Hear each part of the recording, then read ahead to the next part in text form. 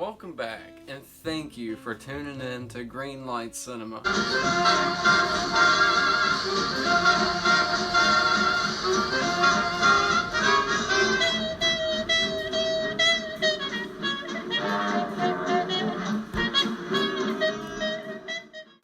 Well, I just finished watching episode 4 of Fargo, and it was pretty good. I mean, not a lot of things happened, but we're not going to get into a whole lot of spoilers. I do want to cover a few things that went on in this episode I felt were pretty interesting. And the opening was kind of like an intro we hadn't seen before, but I've noticed that this season is dealing with something that is a little familiar to a season that we've already had.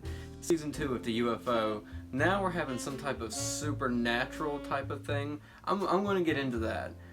We first see Ethelrita in her room, I believe, and she's either asleep or working on homework or something, and awakes to like some crazy looking ghost in the hall. Cut to, we see like a truck. Its whereabouts are kind of unknown. We see like a ring of fire, and then Lloyd Cannon's men come out and ambush these men in the truck. What turns out that these men were the Italians. Burn Skeleton gets a burn to the face. Yeah, so after that, as best I can follow, I might have lost the thread at a couple of parts, but we didn't see Nurse Mayflower and Joe Stafada are having themselves a little bit of fun, I guess you'd say.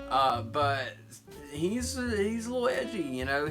I guess he's a little upset, or very upset, that his brother Gaetano's trying to take charge. Right after he leaves Nurse Mayflower, he's Ethelrita, and Ethelrita, she's like, little side jobs we're talking about, you know, in the first or second episode.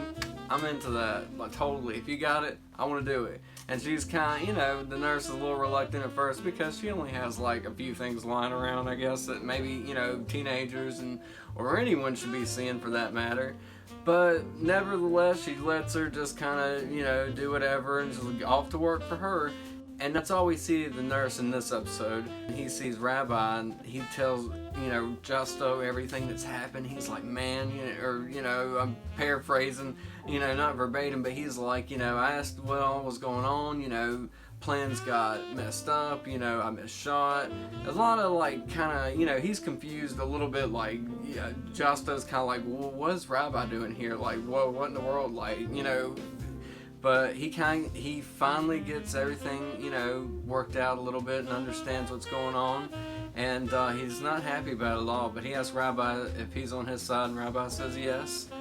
Then next we see Justo calling for Otis. We see Otis talking to, I believe it's someone he's paying, obviously, because Defi sees it right in front of him. And this guy's story and Otis and this guy cannot be more far apart on a story. Defi sees behind all this right here. He even sees the money being switched over by from, I almost called him Richard again, from Boardwalk Empire. I know his name now, it's Otis Whiff. But Otis gives him that money or whatever. He's a crooked cop like we've talked about before.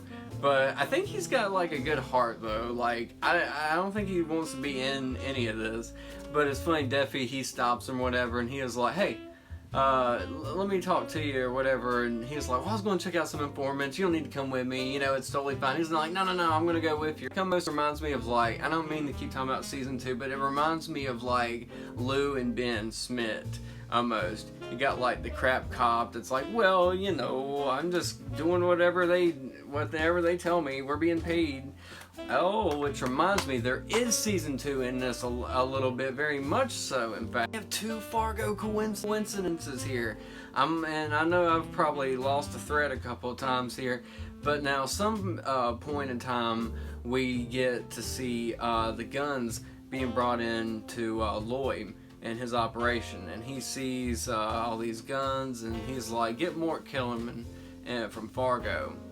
That's right, Fargo, North Dakota. I'm sorry, Dodd took out Mort along with his dad to get back, you know. So I wonder if we're going to get to see Mort, and maybe him talking about the pesky Gerhardts and them trying to steal his operation, you know. And maybe puts, you know, kind of some idea in the Kansas City mob's head for future prospects, taking over the Gerhardts. He does get to talk to Otis and talking to the other Italian guy. He mentions to get some people up from New York.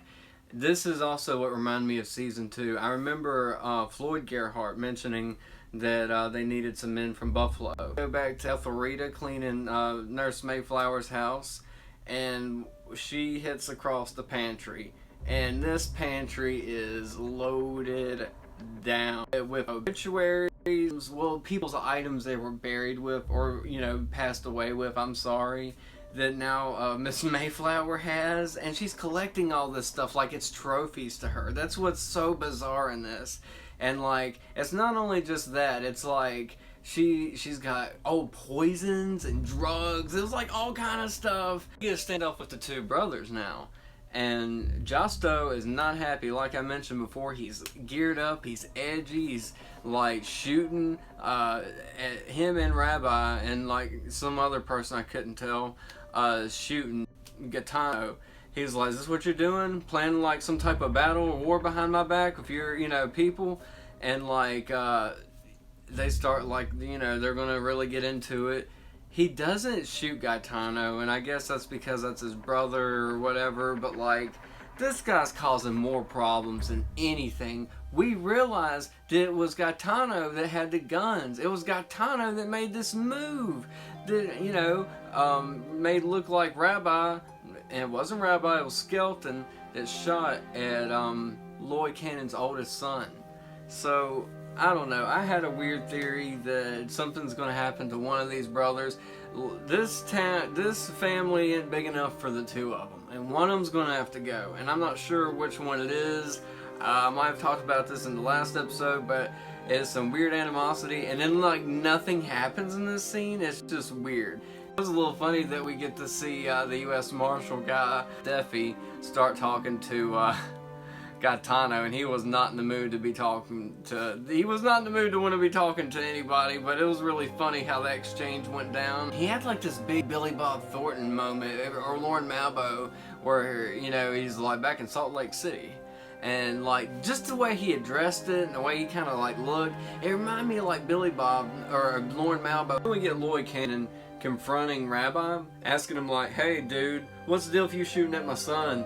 And we don't get a lot of information from Rabbi. Like, he's a little, like, weird. I guess he's got, like, some super ties and connections now with Josto. But again, like, you know, Lloyd asks him, like, hey, man, what's your deal? Like, why are you hanging out with them so much? You're not one of them. And, like, we don't really ever get an answer. And Lloyd gives him the same thing that we heard in the last episode from Gaetano. You know, you killed your daddy, you know, or you killed your family. What's that like? And stuff like that. And I mean, like, what all is this gonna play like a part in? And like, I mean, what do they have on him? And so like, this woman, Pearl, she's like sensing some type of like thing, and she won't look at it. We can see it, and it's probably death. And like, it comes very close to touching Swanee or something, but then all of a sudden, like, Pearl looks around at it, and it turns to dust. And like, Swanee's recovering still, and she's like still like throwing up. We didn't have any farts. That was surprising. I was very pleased by that. So then she gives the money to Thurman, and you know, she's like, don't mention this to my sister or anything, and, you know, just tell my niece I love her and I miss her. So I'm guessing her and Swanee, yeah, she said her and Swanee are going, once Swanee feels better, they're gonna like head out for town.